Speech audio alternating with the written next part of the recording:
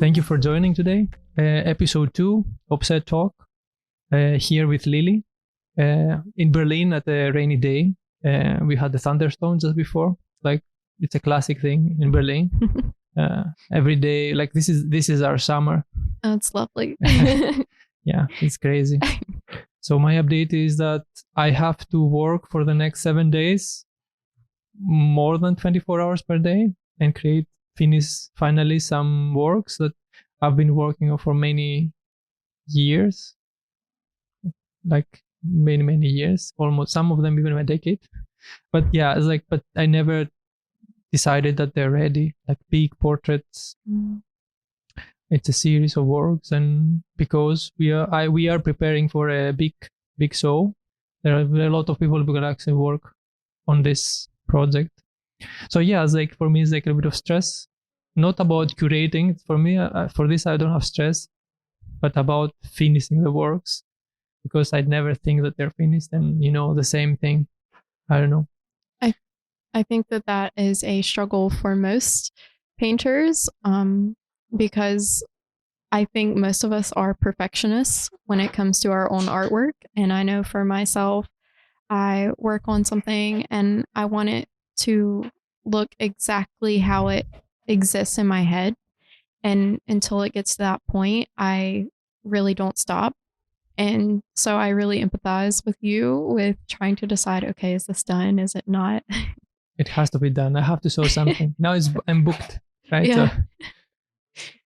Currently, I am working with oils, and I am doing a series of portraits to portray emotions and trying to use the human body as a vessel to symbolize the, I guess, innermost thoughts that I have. And this has been a theme that I've been working with for probably since the beginning of uni, actually. So it's just progressively gotten. Is it the ones that we have in front of us? Like, yes. So it's like, for example, this one? Yes. That one is my most current piece I'm working on. It is not done. It is 3 colors: Naples, burnt sienna, and burnt umber. And I like working with these 3 colors because it's simple, but it also provides a very warm gold tone. So I have stuck to using those colors. How much are you gonna work on it? I don't think that it's quite done.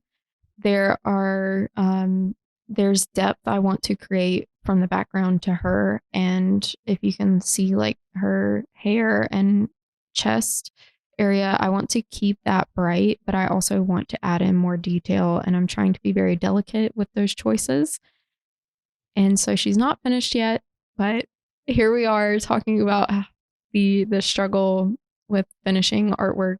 She's close, but she's not done. Is it does it matter who says as a person? It is a self-portrait. A lot of my work is a self-portrait, and it's odd because I don't really like using myself as a subject, but every time I go to create, I want to imitate my own feelings, and I am the human I am most familiar with. So it ends up being kind of a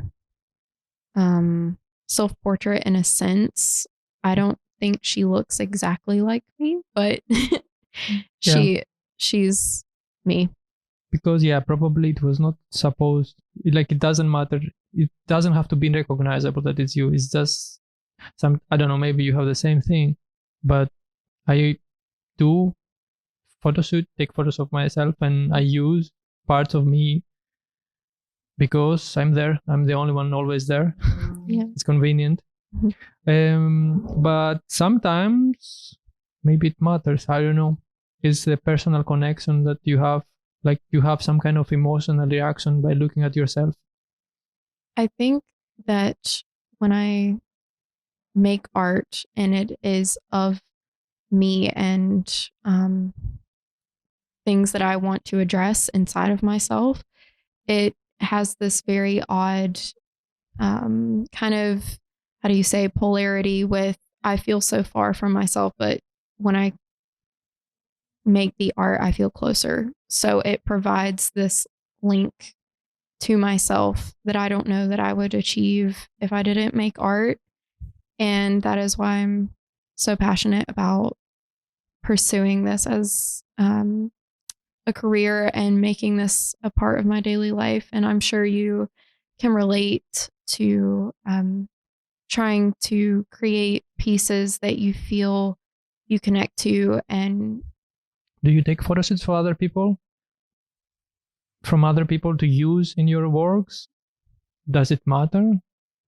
I will say about my work, because I also do a series of portraits, right? And the first question is, in this particular work, do you spend more time painting the face or the things around it?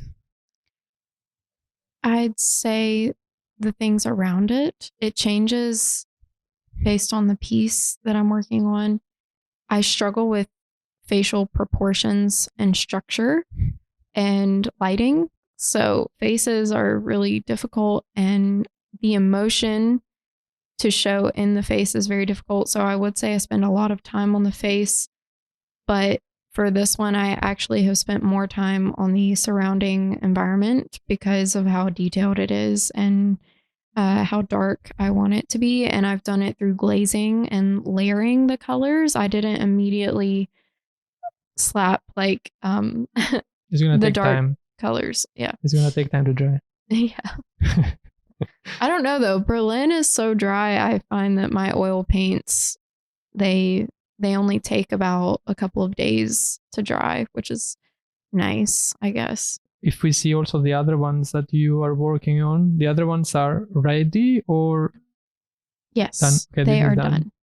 This is the previous one probably, or right? Yes, I did this particular painting in December of 2022. And it was the largest oil painting I had done, 2 by 3 meters.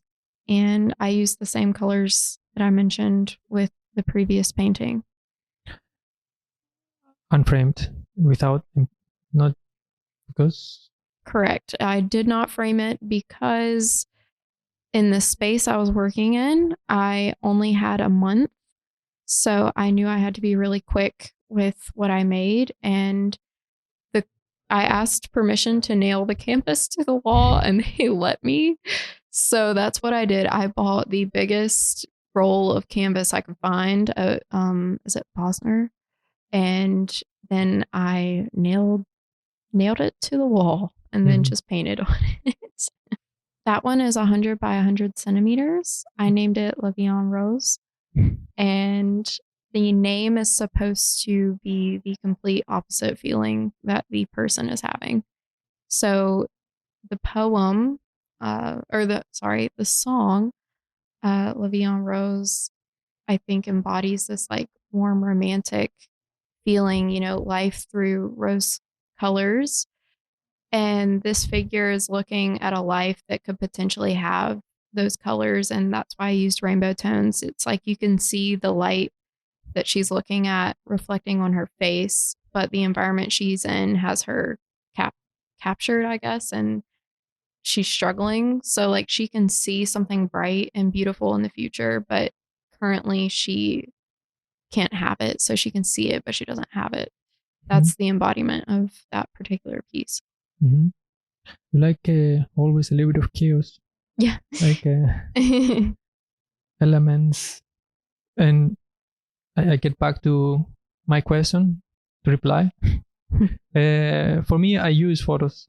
I actually put people to pose for me. I usually don't do myself, or when, I have a lot of portraits. Most people don't recognize that it's me there because I alter my face a lot.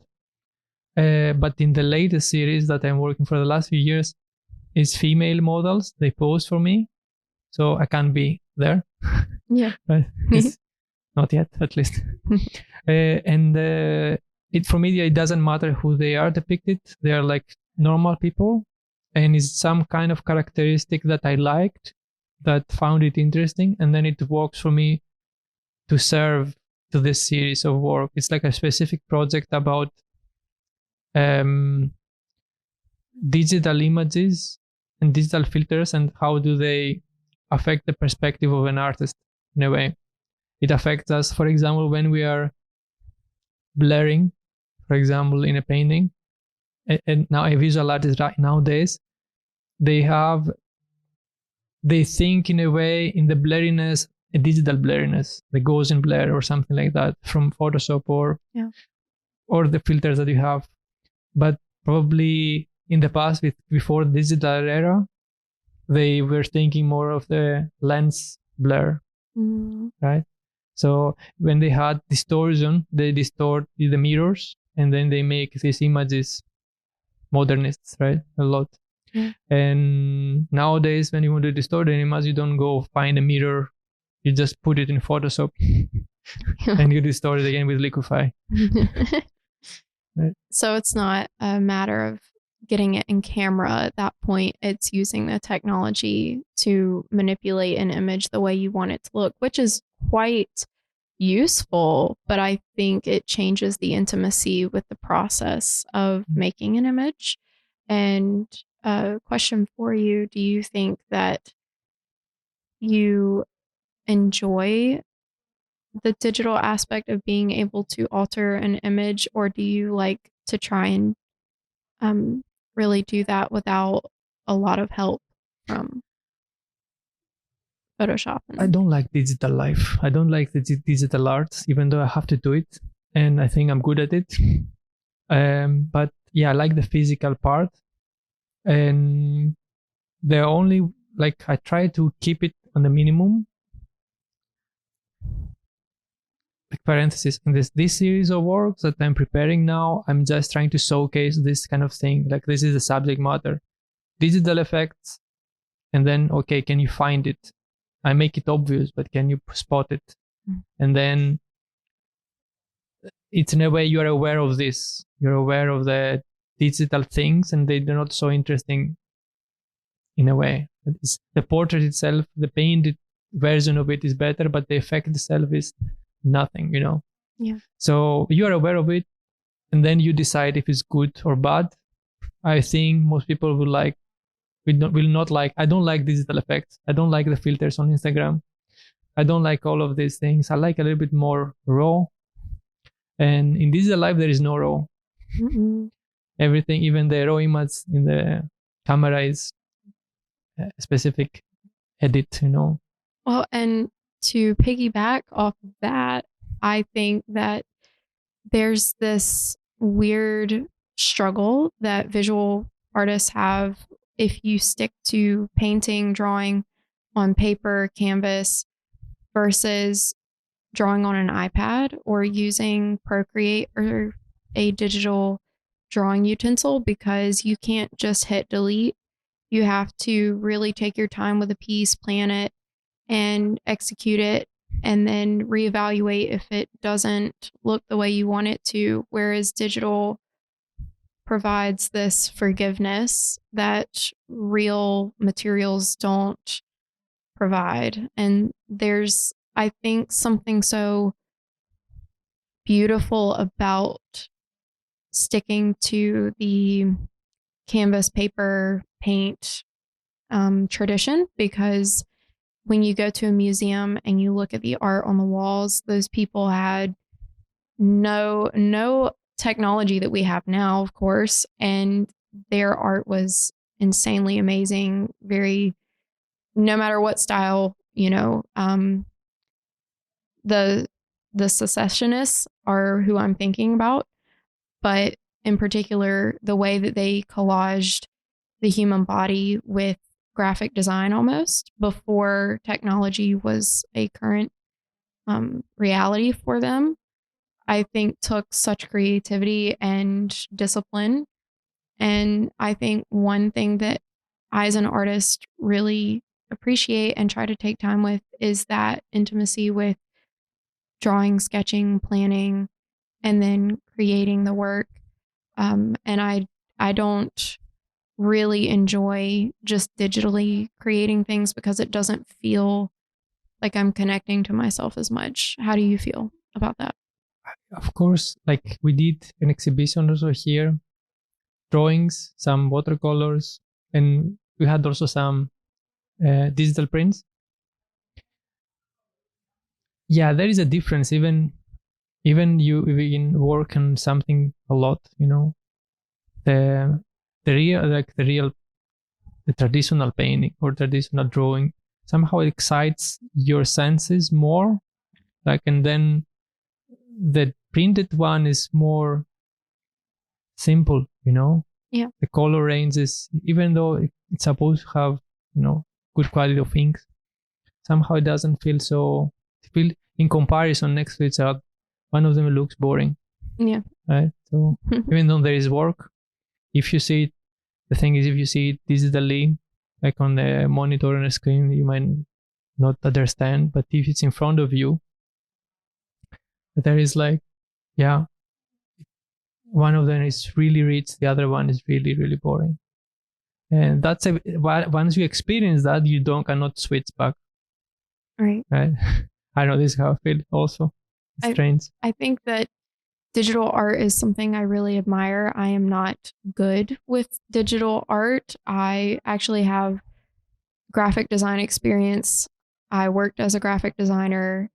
I've worked with Illustrator and things like that. But when it comes to making 3D art or digital art through these programs and platforms, I'm actually horrible at it. Like I get very impatient and I never took the time to learn. And I worked as a graphic designer for about 8 months and decided I hated it and switched my major to art history and fine arts. And I don't regret that decision at all. I had no idea what my life was going to look like because of that decision, but I wouldn't trade it because for me, if you don't enjoy the process, then what's the point? But I do admire people who spend that time educating themselves and who can create things digitally, because some people are really talented and they create really lovely work. But for me personally, it's not something that I enjoy spending time with. I don't know. I think I've already told, I do also storyboards. I do, as a freelancer, I do illustration for animation studios, for game studios, backgrounds and stuff. But I don't like it so much. I just do it because I have to. Sometimes you need some money. Yeah. And you have to learn. You learn a little bit of coding. You learn a bit of animating. You learn a bit of everything. You learn everything to survive. I also work in a restaurant washing dishes. It's the artist's life. I relate to that so much because I think one reason I get so excited every time I meet another artist, especially someone who prioritizes it as a main way of life for themselves, is that we've all experienced the struggle, like capital THE struggle, because we have to get creative with, okay, I'm not going to immediately sell this work and live off of it, but I want to spend every day doing this. So how am I going to survive monetarily in this world of capitalism? And I have worked in restaurants. I've done service industry jobs. And it's funny because I always have multiple jobs. I don't ever have one singular job. So I guess that's just the artist. So you think you're not going to stop? Am I ever going to stop being an artist? Oh, The artist's life. I would die. That's so dramatic, but it's so true. I can't imagine not chasing this, because as much as it hurts sometimes, what would hurt worse is to give it up, I think, because I see how other people live, and no one else in my family is an artist. And I've never had anyone to kind of guide me or mentor me in this lifestyle. But I always knew this was what I wanted to do. This is who I am. And I have not stopped. And I actually am doing my first, I guess technically it's my second art residency. And sometimes I still have imposter syndrome about it, where I'm like, I'm not an artist. Like, who am I? What am I doing with my life? But at the same time, when I was working in a restaurant about a year ago, back in my hometown, I was at the hostess station at the front of the restaurant, and this little girl at a table behind me had drawn a picture for her mom and showed it to the waitress at the table. And she was like, I'm going to be an artist when I grow up. And I don't know what happened, but it's like this switch in me flipped. And I realized, like, oh my gosh, like that was me as a little kid. And look what I'm doing now. And it made me so sad. Like it tore something in my heart. And that's when I was like, okay, this is go time. I don't care what I have to do. I'm going to find a way to be a full-time painter. And somehow a little over a year later, I am doing that. And I'm extremely grateful that life has given me this opportunity. But I think as artists, we all have to kind of lean on each other for that support, because we have these periods. I think a lot of us have these periods of time where we don't get to create, but we're watching other people on social media create. And so we have this envy, like, oh, I should be that productive. I should be making art all the time. Or my art isn't that good.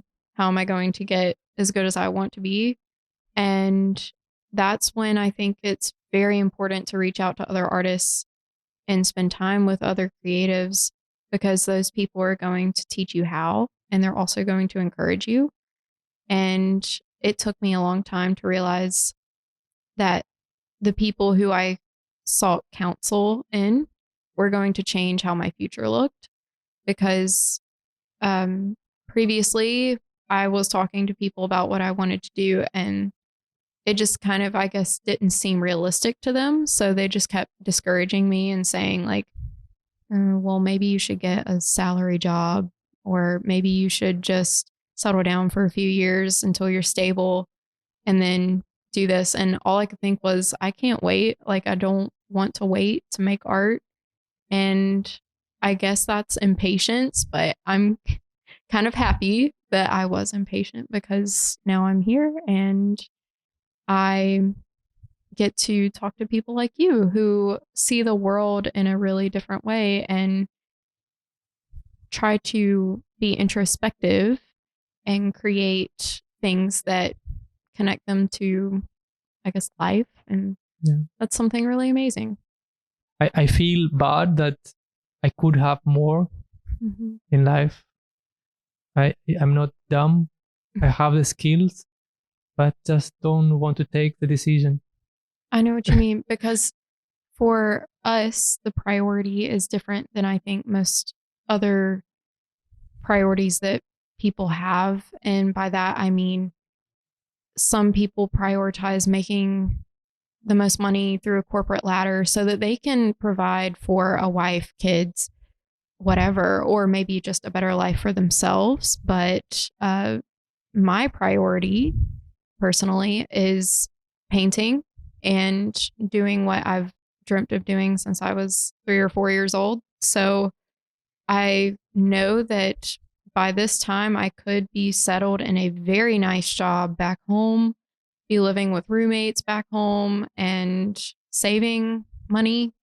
But there was something inside of me, almost this other person. Like, it's like if my life is a car, I'm sitting in the passenger seat and my alter ego is like at the wheel, and it just keeps driving. And I'm like, where are we going? And it just drove me here. And I'm like here for the ride, I guess. But I really admire people like you, that you have, I'm sure, these moments where you feel alone in your struggles with, okay, how do I make this work for myself?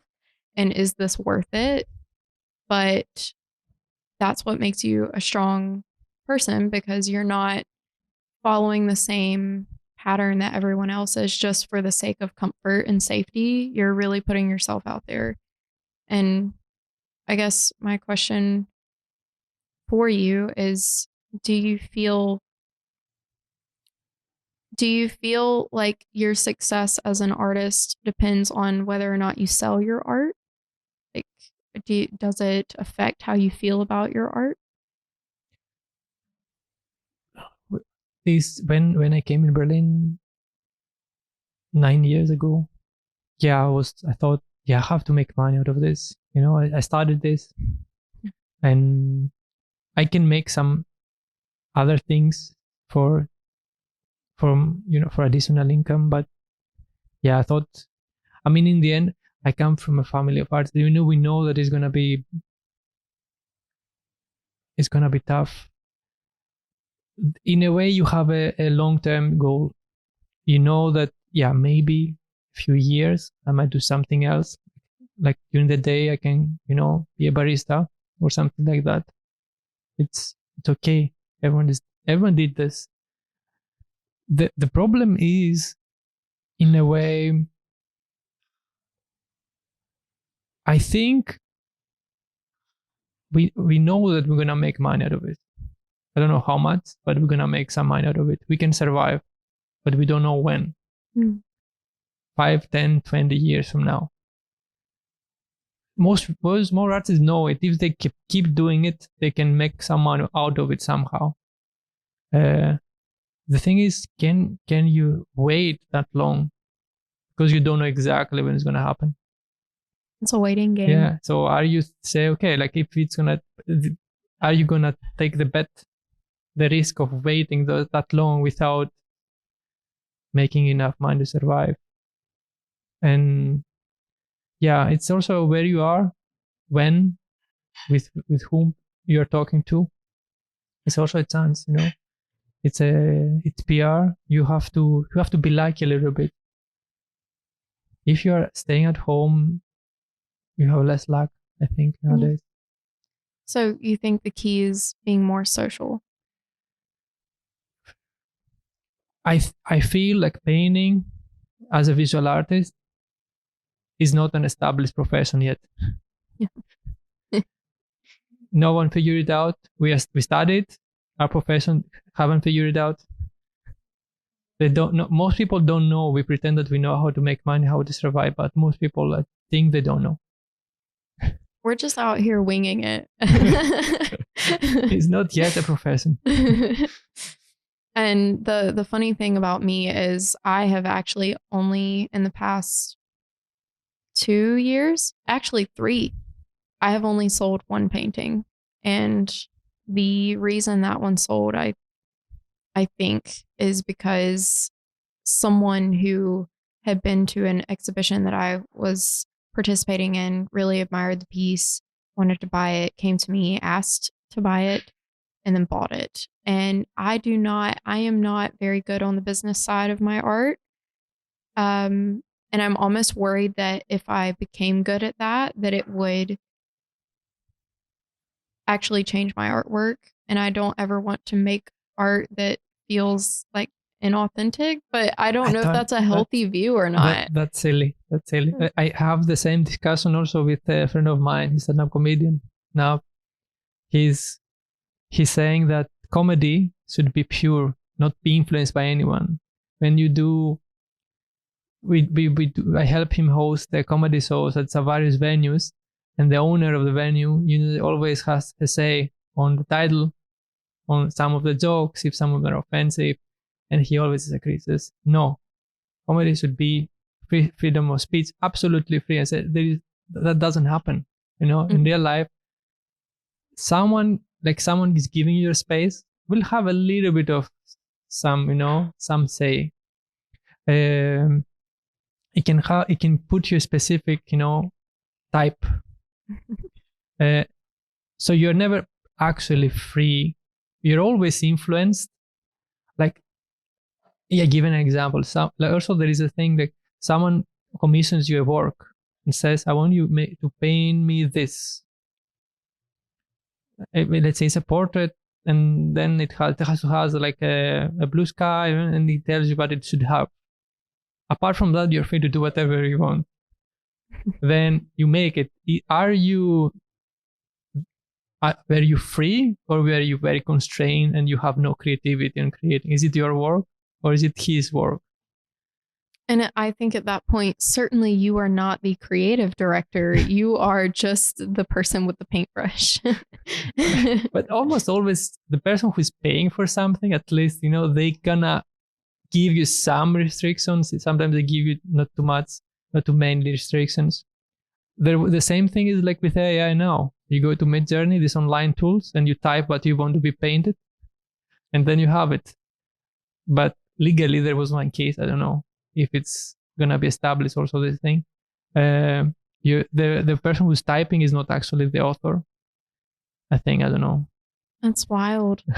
But it's also the whole concept of AI art is such a deep rabbit hole, because then it everything comes into question of like, okay, but who's the artist, and where were these images sourced from, and the whole copyright issue. Like, it is a mess, and I think that it's a good tool for artists to use, but I also think it's a cautionary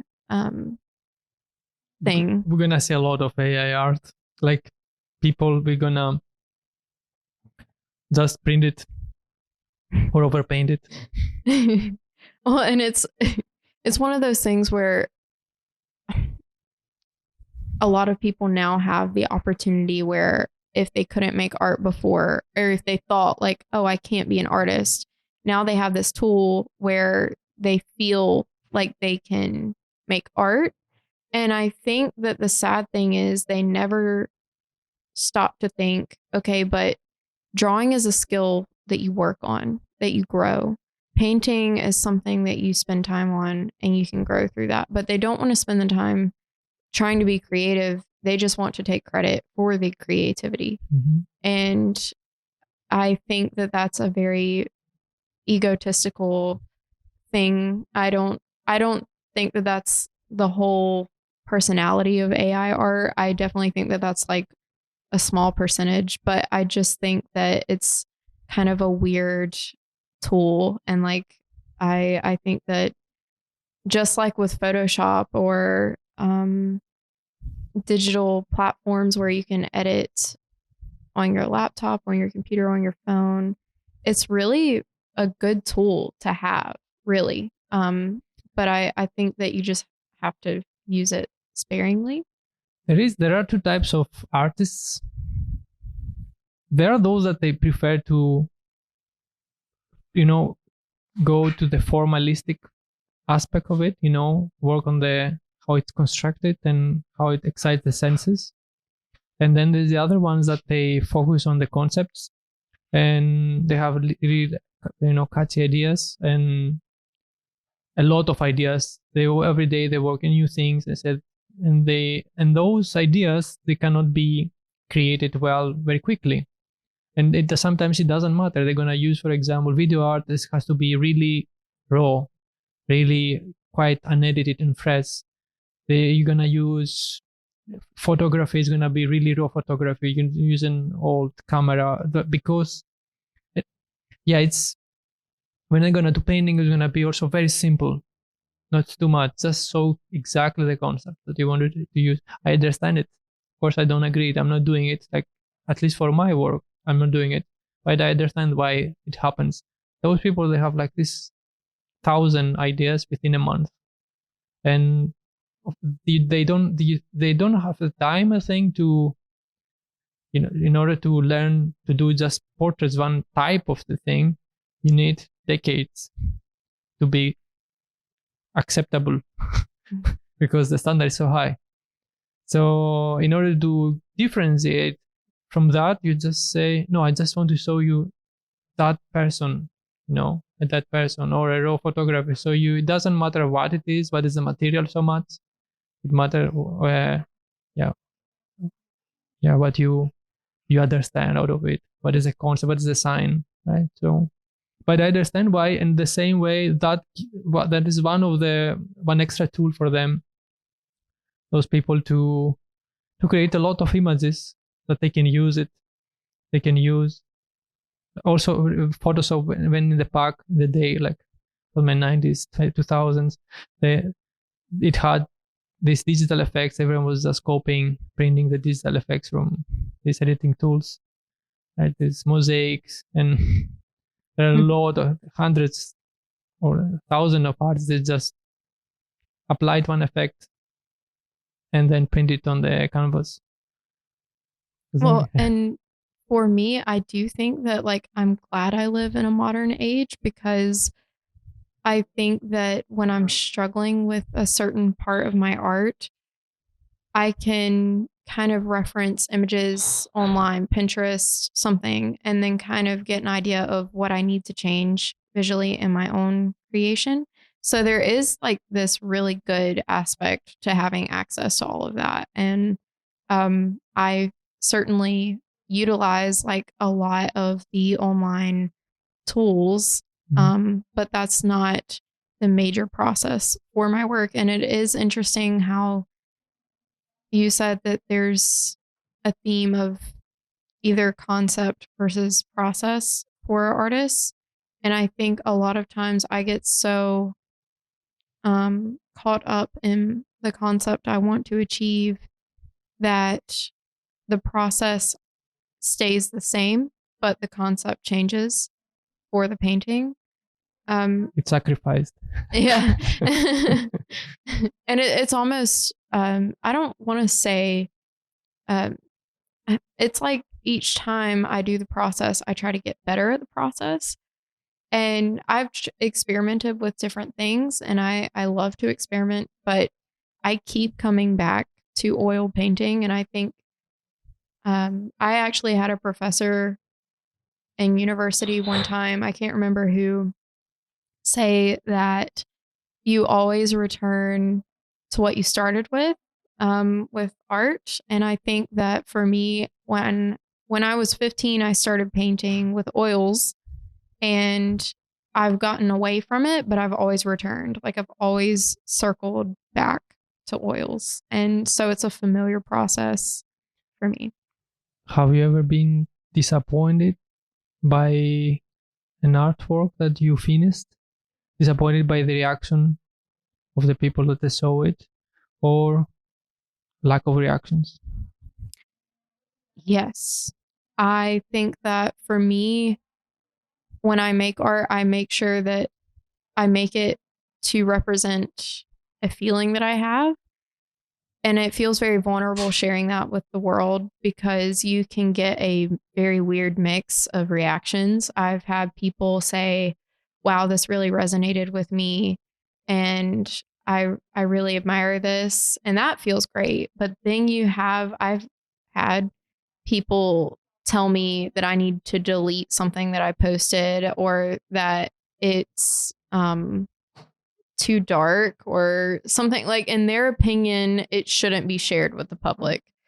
And that's what makes me second guess myself, because then I'm like, oh no, like, did I offend someone? Did I like make something bad? But at the same time, I think that you live in a world of opinions. There's no way you're going to escape opinions from people. But yes, it has affected me. But was there any specific work that you can tell us? Was it, for example, a portrait? Was it a nude? Was it? It was a nude self-portrait. Maybe that's what got the reaction. But this was probably 3 years ago. And my artist brain was thinking, I'm making art. And nude bodies are just bodies. And then I shared it, and it was not well received. And so then I had to reevaluate, like, oh, did I do something wrong here? But I think as an artist, I find anatomy fascinating, and I also find it to be a very communicative, is that a word? Vessel for me. So I really like to use nudity as a vulnerability thing. But I think like it's very normal to want to draw a nude human body or paint a nude human body. But I think something weird happens when you personalize it, I guess. But it wasn't my intention when I started the project. I have a series of work that I want to do it that something like that. It's like portraits that the person is nude. So you like, but it matters who you see. Is this a specific person that I may probably met? I know I have some people that can do it, right? And then it's half naked or butt naked, sitting down, right? Full body. But then it's a portrait. The face is fully drawn. It's a type of art. Usually you don't do it when you're gonna do a nude full body. You focus on the body, and then it doesn't matter for the face. But in this case, I like this kind of experimentation because you have this kind of relationship between the image, the face, and the body. And sometimes it's not only the pose, the action, someone is sitting, someone is smoking, but it's also the eroticism, right? That it has three things happening.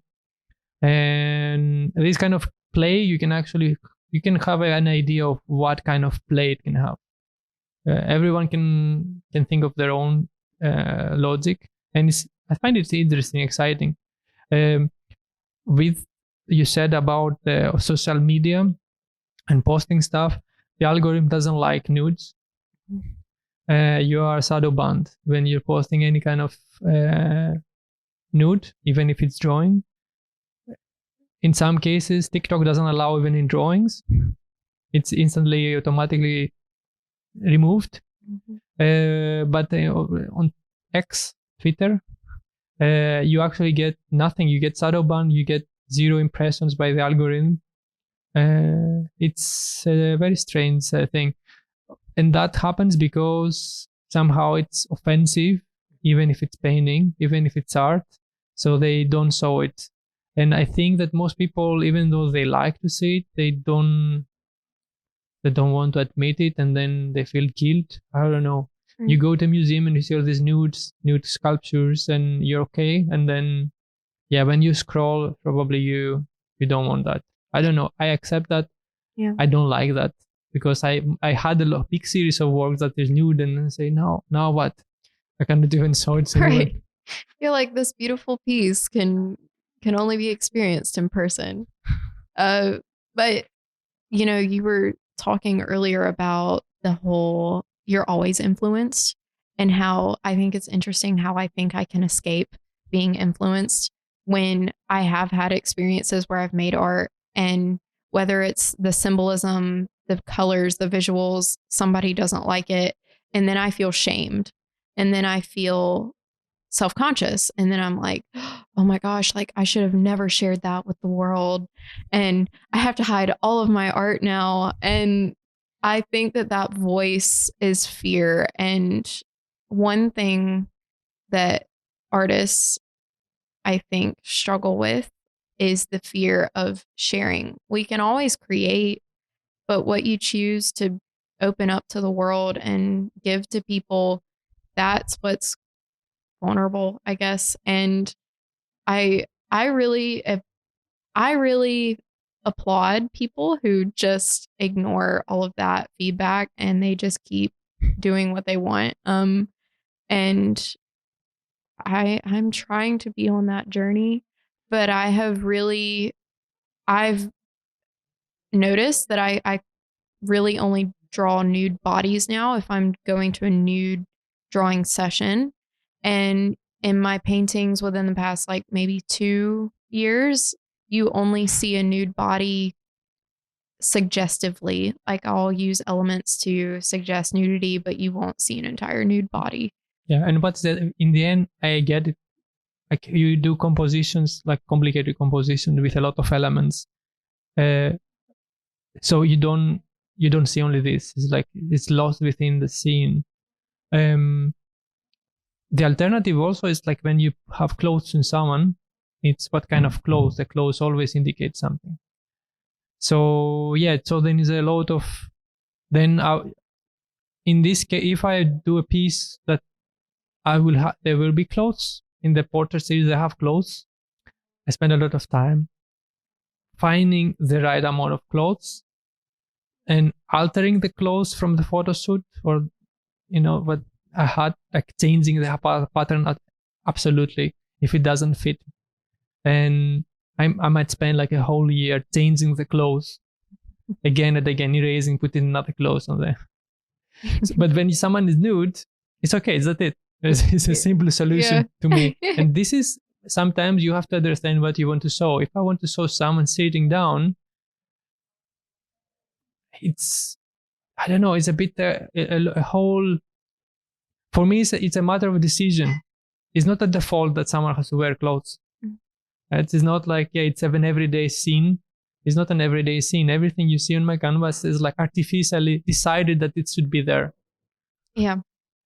It's a conscious decision. Yeah. Every element I remove or I add stuff, it's empty. So every time I say, okay, on the background, there is this element. Maybe. Should it be there or not? So it's absolutely altered and deformed. And in a way, it's a collage. Yeah. So. And do you think that you try to steer away from making nude work, or do you just... It's 50-50. Mm-hmm. I mean, there is no distinction to me, but if I want to, in my mind, everything is project based. So I have some ideas. I try to make a series out of it that is, like when I graduated, I was doing every piece of work was totally different. And that was very bad because no one could understand what I was doing, But in order for people to get what you're doing, they have to see it in a series somehow. This is how people work. You have to see it again and again and again and again. Oops, not really. Again and again. And then you get what you were trying to do. Even if you have one painting that you work with a lot of details, people will skip it. They not spend time on one work, but they will spend time in an exhibition space where they're surrounded by it. So it's a kind of, I like to have only one work. Everything is there, is very convenient.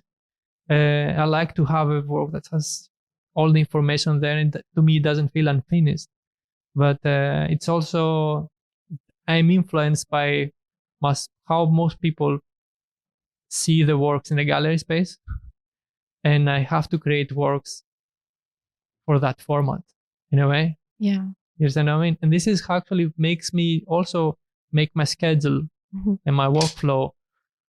And on the whole subject of context and giving people kind of an understanding of your work through many creations, not just a singular work. Do you ever struggle with planning your portfolio, or does it just occur naturally for you?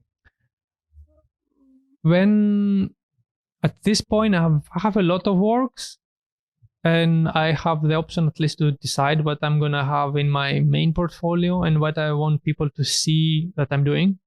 Even though I know I might paint some abstract works, I might do some landscapes, I will do some other stuff, but I don't choose to list it online. So people don't think that I'm doing this. I do storyboards. I do some illustrations for commissions. It's just for money. I don't show that because I don't want people to associate that I'm doing this. So the more you go, the more you have options to decide how people see what you do. Yeah. And that's the thing. When you start, of course, you don't have this option, and then, you have to show some of the stuff you're making, even though you're not so satisfied. But it actually matters really well. If people see on your Instagram account on the first page that you're doing, I don't know, you're dancing, let's say, people will think that you're not a visual artist. They will think that you're a dancer. Context. Yeah. So you always need to care, like, what is the first thing, the first impression when they scroll on your portfolio, your website, your Instagram. This initial thing, you will not have a second chance to change their view. I had like many people, they know me for many years, and still they don't know that I'm a painter. Wow. They follow me, they see my posts, and still they say, you're a painter. Yeah. It's like they saw my work here in the last week. Wow. They didn't think, because probably the one time that they just opened my profile, they just didn't see their paintings, so the thought that I'm not a painter. Well, and you're involved in a lot, so maybe it just got lost in all of the things that you do. And then one more question. Do you have some of the works that are, or do you have a work, an artwork that is hidden, that you never showed to anyone? Yes. And what is it? It is a portrait of me, of course. And it is something that I've made, I guess, in a depressive episode. And it feels a little too close to home to share with anyone. So it sits buried. But I think that a lot of artists have at least something that they've sketched or made that they don't want the world to see. And that's when you know you made it really for yourself and you wanted to understand something or address something, I guess. But yes, I do. Is it what is it disturbing to you, the fact that is not very well painted, or the memory? What do you think is the reason why is it hidden?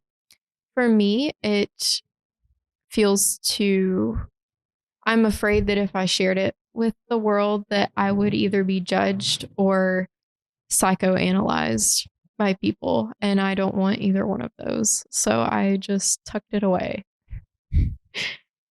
I don't know. Do you ever have that fear when you make anything?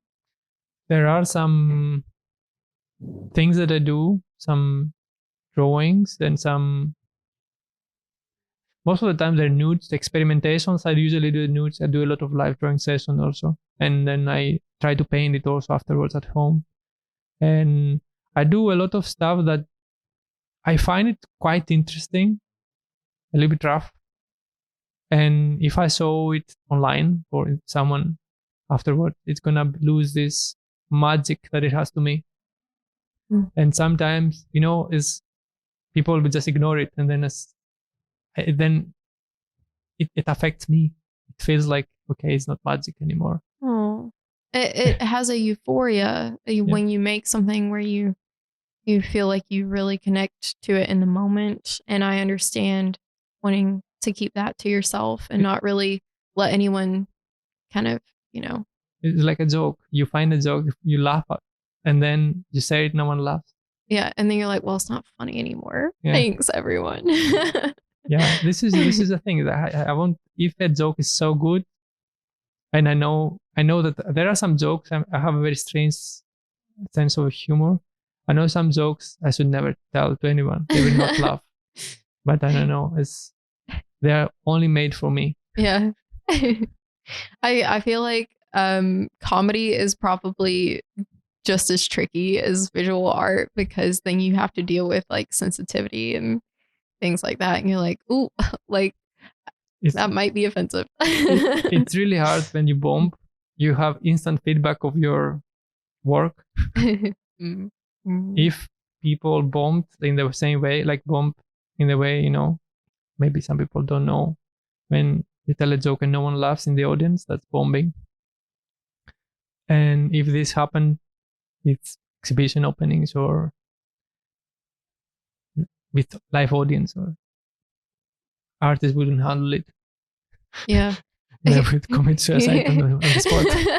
No, my thing is like people can critique my work, and I'm always like, please critique my work, it'll make me a better artist. But then someone will say something and I'll literally brew over it for like a week and be like, my art is shit. I'm gonna cry.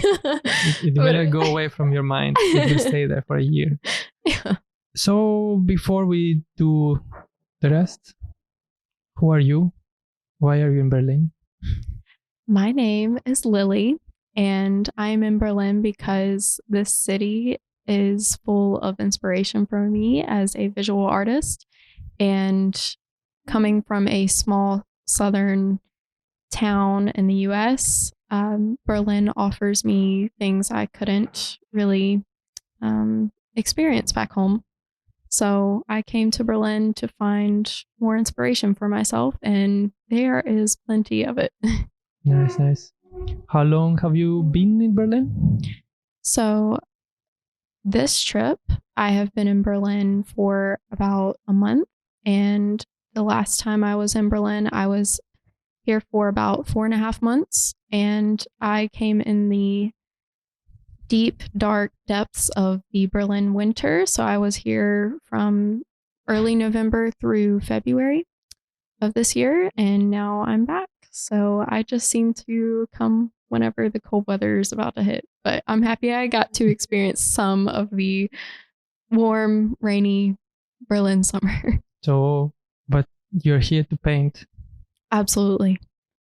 That is my whole entire reason for returning. And every time I'm in the city, I feel like my true artistic self. Next month? From tomorrow? 1st of September. But the Berlin Art Week is mid-September, 13th to 17th, I think, of September. At that time period, we are doing a big exhibition. And we have a lot of visual artists here in Berlin. It's very exciting. I will try to document and post online, maybe even on the Opse project. It's super exciting. Some stuff on the social media and probably a little bit more on the YouTube channel, because now you have the shorts, the reels, and you can actually, yeah. This is the thing with the YouTube is, it was long format, and now with this you can actually post short format and more raw images on the process. A lot of artists applied. It's going to be the art presentation, and it's a very rare chance for us to exhibit. I will exhibit like a lot of works, and didn't have this opportunity. No one gave me opportunities, to be honest. No one from the art field gave me opportunities. And so you made an opportunity for yourself. This is what we do. Yeah. gotta make it. Yeah. Like it's 9 years. It didn't happen. Wow. How long should I wait? Yeah. I think that you made the right choice. Like, well, fuck that. I'm not waiting. Yeah, even now that the opportunity came, it was not the best timing. But I said, it's been 9 years. That's the artist way, right? We don't wait around for people. We just make it happen. Yeah. It's sad, but it's sad that we don't collaborate so much with each other. It's competitive for no reason. And this is why I give opportunity to others, so I don't repeat the same thing. Yeah. Oh, well, and artist community is such an important thing to have. And I really like that I found that here in Berlin, because I, for so long, did not feel like I really had that, even at university. Like I kind of did, but not really. And I had a couple of art friends-ish, but I was mostly just friends with like a professor or two. And then when I came to Berlin, it was like there were creative people everywhere. It was like I was so excited because I've met musicians, fashion designers, everything you can imagine. And now that I'm socializing more with other visual artists, I have more confidence in myself. And that is why I agree with you on the competitive aspect really is an illusion. And I don't think that it needs to be a competitive thing, because everyone has their own perspective that they're bringing to the table. No one's you. So there's no real competition there. Mm-hmm. Yeah. But I'm excited for. I agree. I'm excited for Berlin Art Week, though. Be my first one. It's gonna be fun. Yeah. It's gonna be a full month of events. Hey. So thank you for listening. Do you want to say something? Yes, thank you so much for having me on your podcast. And I really look forward to seeing everyone during Berlin Art Week. Nice. Thank you. Bye. Bye.